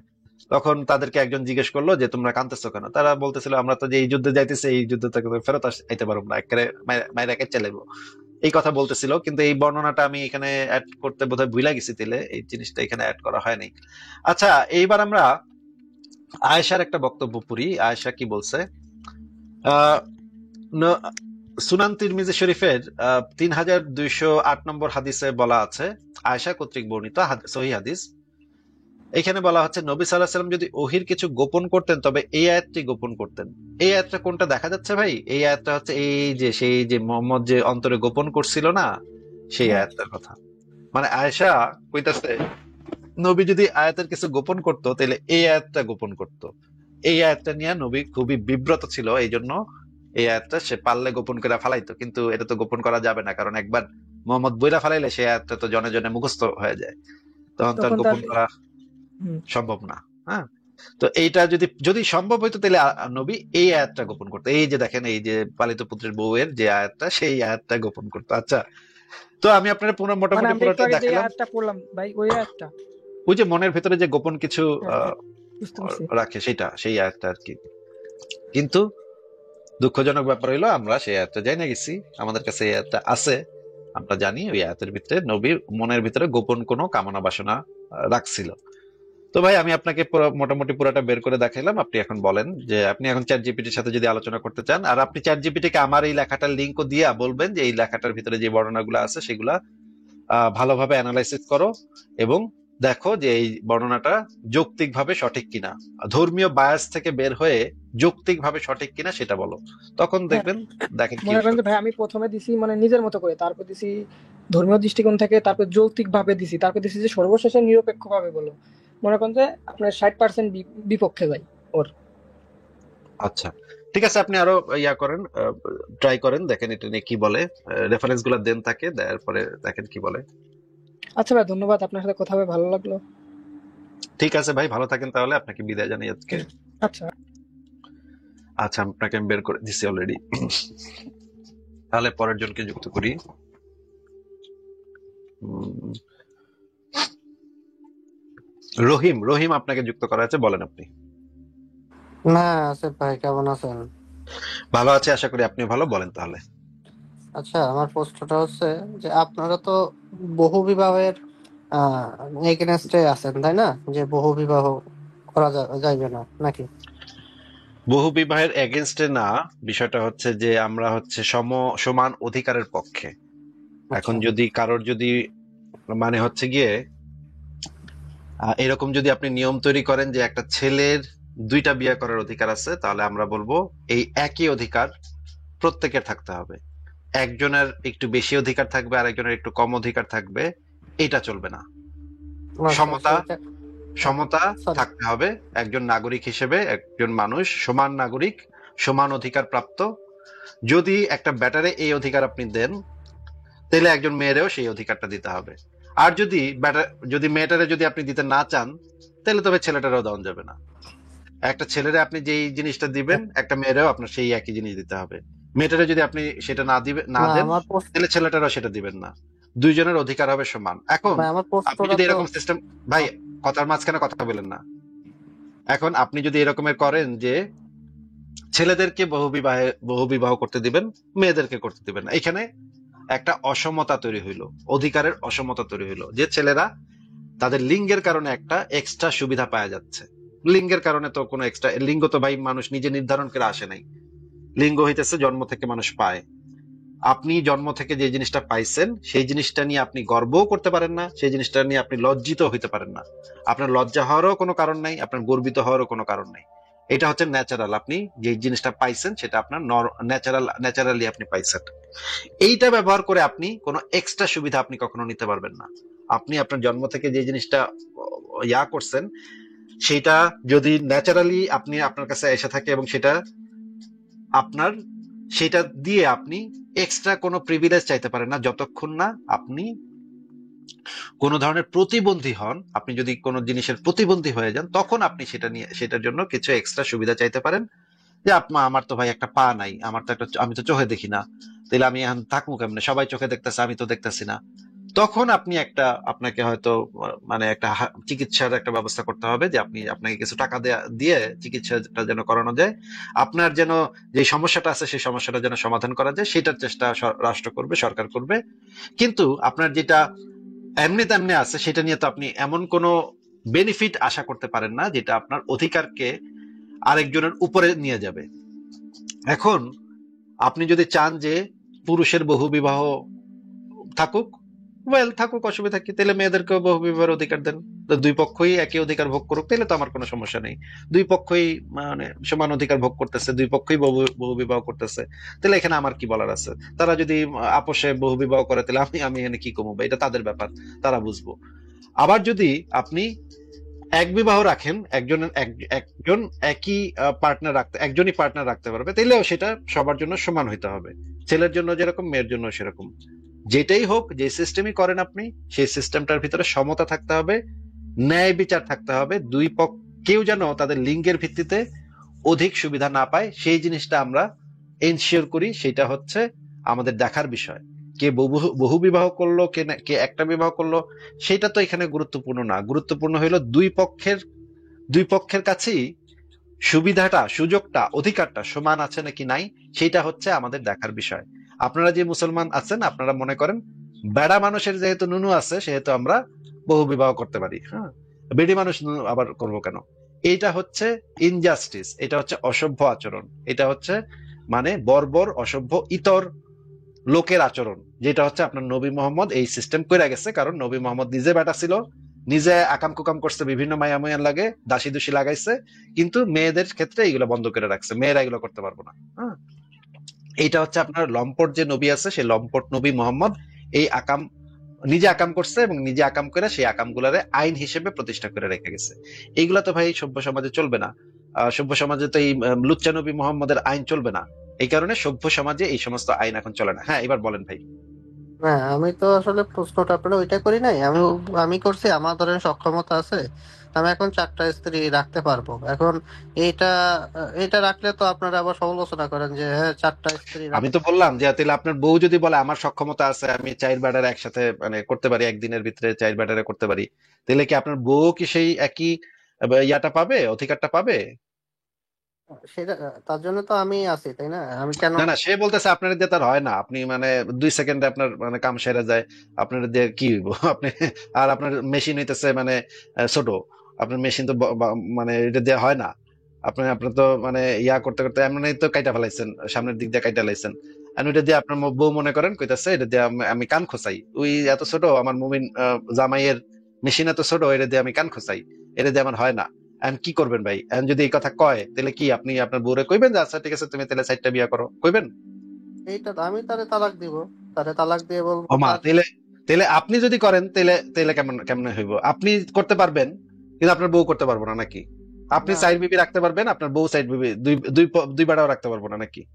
আমি এটা বলছি যে আমাদের দিয়ে, আপনি তো বললেন যেমন আপনাদের দিয়ে কাজ হয় না, সেরকম ধরেন এরকম হইলো তখন হ্যাঁ, আপনারা তো ভালোবাসে, সে ভালোবাসে কিন্তু ওই কাম হয় না।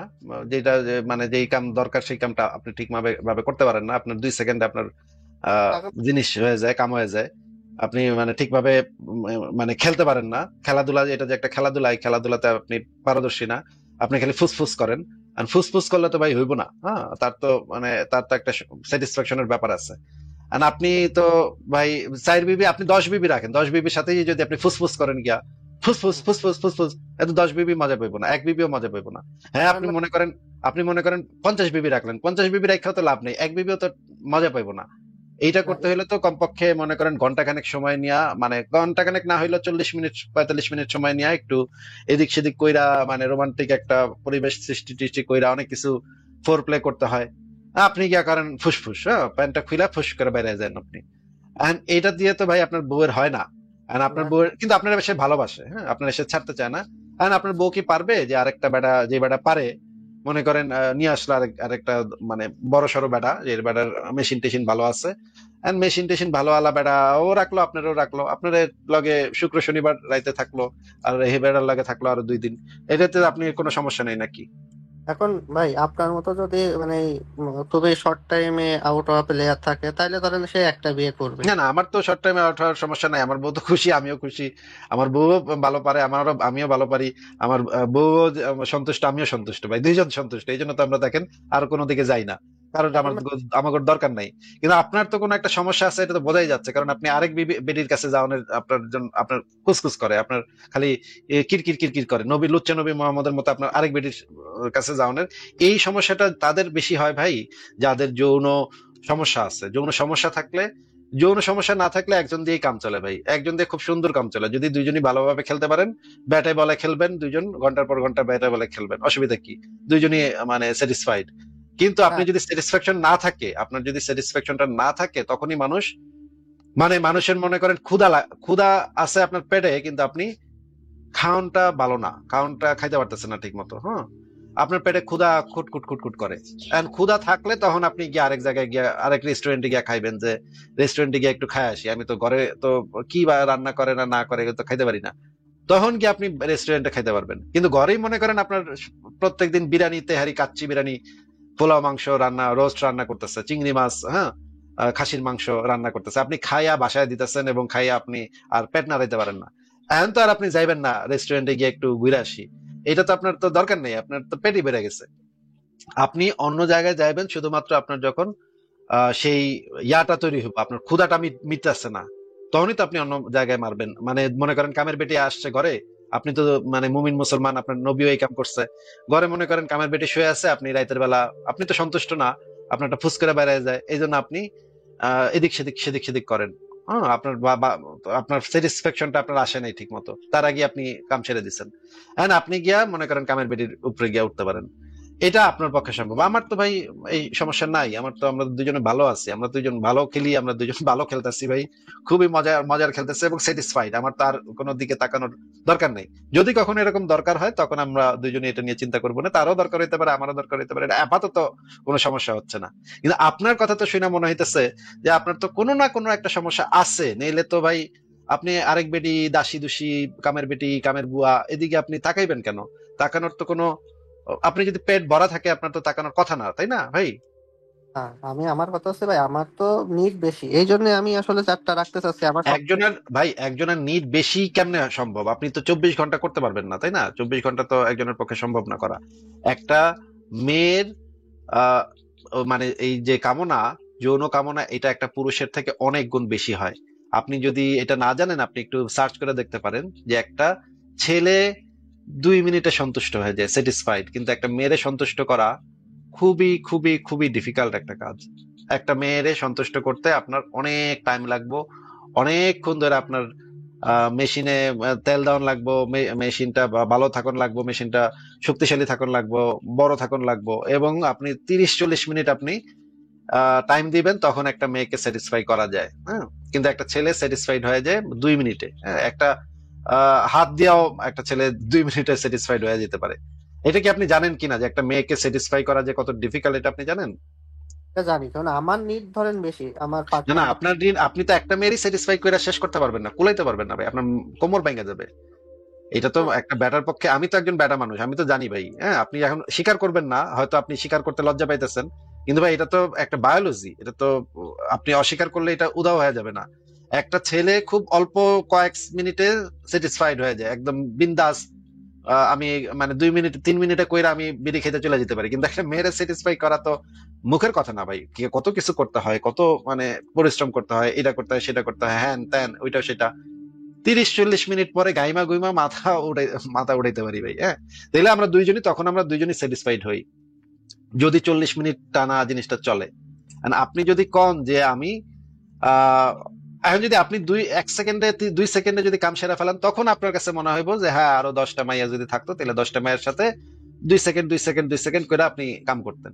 কিন্তু এটা তো ভাই একটা মানুষের পক্ষে তো সম্ভব না। এটা এটা মানে 4টা মেয়ের স্যাটিসফাই করা, মানে 40 মিনিট ধইরা, এটা তো ভাই একজন মানুষের সেই এনার্জি থাকবে না। এরপরে একজনের পরেই আপনি 40 মিনিট আপনি এই পরিশ্রম করলে তারপরে আপনার মানে এনার্জি সব চলে যাবে, তখন আপনার আপনার তো আর এনার্জি থাকবে না ভাই। এগুলো আপনি অবাস্তব কথা কইতেছেন, আপনি হইতেছেন কাল্পনিক কথা কইতেছেন, আপনার কথার কোনো বাস্তব কোনো ভিত্তি নেই।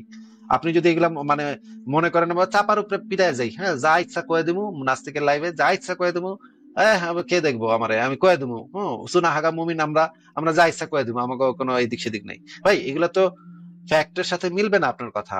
আপনি একটা মেয়ে 10টা ব্যাটারে স্যাটিসফাই করতে পারে, হ্যাঁ, একই দিনে 10টা ব্যাটারে একদিনে স্যাটিসফাই করে দিতে পারে, কিন্তু একটা ব্যাটা বলি নাই। একটা মেয়েরে স্যাটিসফাই করতে তার কোমর ভেঙে যাবে ভাই। হ্যাঁ, কোমরের অবস্থা খারাপ হয়ে যাবে ভাই। হ্যাঁ, একটা মেয়ে আহ, মনে করেন এই মাত্র করছেন, 10 মিনিট পর আবার যদি আপনি করতে চান, সেই মেয়ে রাজি হয়ে যাবে, সেই মেয়ের কোনো সমস্যা হবে না। আপনি করছেন, 10 মিনিট পরে যদি আবার আপনি ট্রাই করেন, আপনি পারবেন না। হ্যাঁ, আপনার কমপক্ষে 1 ঘন্টা ব্রেক লাগবে, 1 ঘন্টা ব্রেক হয়ে তখন আপনি আবার মানে ফর্মে আসবেন, কাজ করার মতো ফর্মে আপনি আসবেন।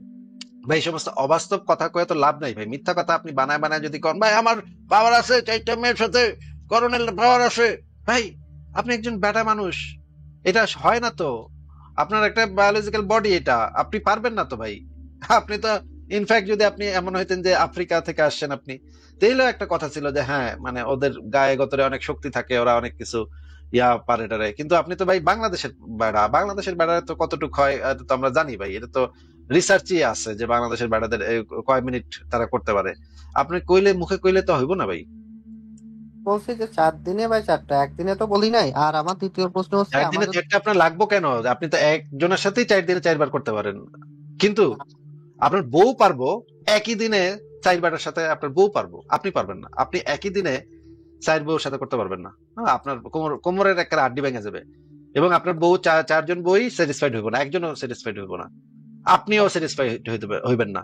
কিন্তু আপনার বউ চারটা ব্যাটারে দেখবেন স্যাটিসফাইড করে একেবারে শোয় দিয়ে আসতে পারবো, কারণ মেয়েদের বায়োলজি এরকম, মেয়েদের শরীরই এরকম ভাই। এটা তো আমি তো কিছু এখানে করার নাই, মেয়েদের বডি তো এরকম। আমার সক্ষমতা থাকলে কেন 4টা বিবি দিতে পারবো না? এটা আপনাদের সমস্যা কোথায়? আরে সেটা তো আপনার বেবি আরো বেশি পারবে, আপনার বেবি তো আরো আপনার থেকে অনেক ফার মোর বেটার, ভালো কাজ করতে পারবে। আমি তো আপনাকে সেই এভিডেন্স গুলা দেখাইলাম। আপনি যদি আমার কথা যদি মনে হয় যে আমি মিথ্যা কইতাছি, আপনি একটু যে কোনো রিসার্চ পেপার দেখেন যে একটা মেয়েকে ইয়া করা কতখানি ডিফিকাল্ট একটা কাজ।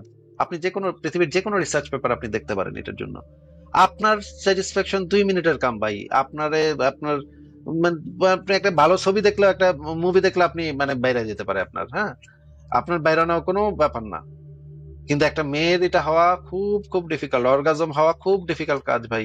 এটা তো আপনি মানে মুখের চাপার উপরে দিয়ে পিটাইলে তো হবে না ভাই। তাইলে আপনি যদি এই কথা বলেন যে আমি যদি পারি, হ্যাঁ, যদি আপনি পারেন তাহলে আপনার বউ তো সেটা আরো 10 গুণ বেশি পারবো, আপনার থেকে 10 গুণ বেশি পারবো, তাহলে তারা 10টা বিয়ে করতে দেন। এটা তার বিষয়। তা আপনি রাখবেন আপনার বউরে 10টা বিয়ে করলে? 10 বেটা রাখলে আপনি তার সাথে থাকবেন? না না, আমি তাহলে তালাক দিয়ে দেবো। সে 10টা বেটা কেন ওমা, 50। ওমা, তাহলে এটা কেমনে হইলো? তাহলে আপনি যদি বিয়ে করেন তাহলে আপনার বউ তো আপনার পাশে লাথি মারতে পারে, তাই না? আর আসলে বাউন্ডারি তারপর আপনি গিয়া দাসী বান্দি কামের সেরি যা ইচ্ছা করেন গা, এটা তো তার কি? আপনি কামের সেরির দিকে তাকাইবেন। আচ্ছা ভাই, আপনার নবী তো কামের সেরিও করতো, তাই না? আপনি করছেন হয়তো, এই জন্য আপনার ভাই আমি করছি, আমি তো এগুলো করি না ভাই। আপনার নবী করছে, সেটা আমি আপনাকে এভিডেন্স দেখাবো। আপনি যদি চান আমি আপনাকে এভিডেন্স বাইর করে দেখাবো যে আপনার নবী দাসী বান্দির সাথে করতো। এটা আপনি জানেন না নাকি আজকে প্রথম শুনলেন? আমার যদি মানে ভাই কথা বোঝা যাচ্ছে না। আপনি আমাদেরকে একটু বলেন তো যে আপনার নবী যে দাসী বান্দির সাথে করতো, এটা আপনি জানেন কিনা?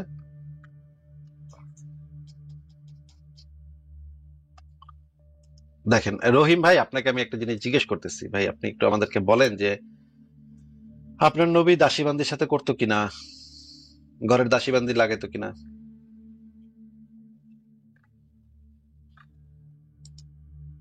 আচ্ছা, উনি তো কোনো কথা বলতেছে না। রহিম ভাই, আপনার তো কোনো কথা শোনা যাচ্ছে না। না, তাইলে আপনাকে আমি সেই রেফারেন্স গুলো দেখাই দিই যে আপনার নবী দাসী বান্দির সাথে করতো। আমরা তো ভাই এগুলো করি না। আমরা তো দাসী বান্দি এগুলো তো জঘন্য বিষয়। এগুলো কেমন কেমন কেমনে করে মানুষ, মানে এটা তো মানে রুচিতেও তো বাধে, তাই না? এটা তো আসলে সম্ভব না। আচ্ছা, আমরা একটু দেখাই দিই দাসী বান্দির সাথে যে ওনাদের নবী করতো। দেখেন, এই যে রহিম যিনি যুক্ত হয়েছিলেন, তো ওনাকে দেখা দিচ্ছি যে এই যে দেখেন, ইসলামিক ফাউন্ডেশন থেকে প্রকাশিত সুনানুন নাসাই শরীফ 3961 নম্বর হাদিস। এখানে যে জিনিসটা বলা আছে, আনাস থেকে বর্ণিত, তিনি বলেন রাসূলুল্লাহ সাল্লাল্লাহু আলাইহি ওয়াসাল্লামের কাছে একটি বাদী ছিল যার সাথে রাসূলুল্লাহ সাল্লাল্লাহু আলাইহি ওয়াসাল্লাম সহবাস করতেন। এতে আয়েশা হাফসা, মানে তার দুই বিবি আয়েশা এবং হাফসা রাসূলুল্লাহ সাল্লাল্লাহু আলাইহি ওয়াসাল্লামের সাথে লেগে থাকলেন। পরিশেষে রাসূলুল্লাহ সাল্লাল্লাহু আলাইহি ওয়াসাল্লাম সেই বাদীটিকে নিজের জন্য হারাম করে নিলেন। হুম। আচ্ছা, আমরা একটু দেখি আরো, মানে একটু দেখবো যে আহ, নবীর যে দাসীর সাথে যে করাকরি, নবী যে দাসীর সাথে করতো, সেই একটা ভিডিও দেখি আগে। মিশরের বাদশা মুকাউকেস তিনি বিশ্বনবীকে বিশাল এক উপহারের ডালি পাঠিয়েছেন। মিশরের বাদশা মুকাউকেস ছিলেন ধর্মে খ্রিস্টান। লালমনিরহাটের ভাইরা আওয়াজ করে বলেন, মিশরের বাদশা ধর্মে কি ছিল? খ্রিস্টান। কি উপহার দিয়েছিল আমার নবীকে? শুনতে মনে চায়? 1000 স্বর্ণমুদ্রা। 1000 স্বর্ণমুদ্রা। দুইটা খ্রিস্টান দাসী, একজনের নাম মারিয়া বিনতে শামাউন আল কিবতিয়া, আরেকজনের নাম সিরিন বিনতে শামাউন আল কিবতিয়া। একজন খ্রিস্টান দাস 20 থান কাপড় জামা বানানোর জন্য, আমরা নবী যেন সেলাই করে জামা বানাতে পারে এজন্য 20 থান কাপড়, 20 থান ফাইন গার্মেন্ট। সুবহানাল্লাহ বলবেন না? এরপরে একটা গাধা যেটার নাম ছিল রুফাইর, আর একটা খচ্চর, এটার নাম ছিল দুলদুল।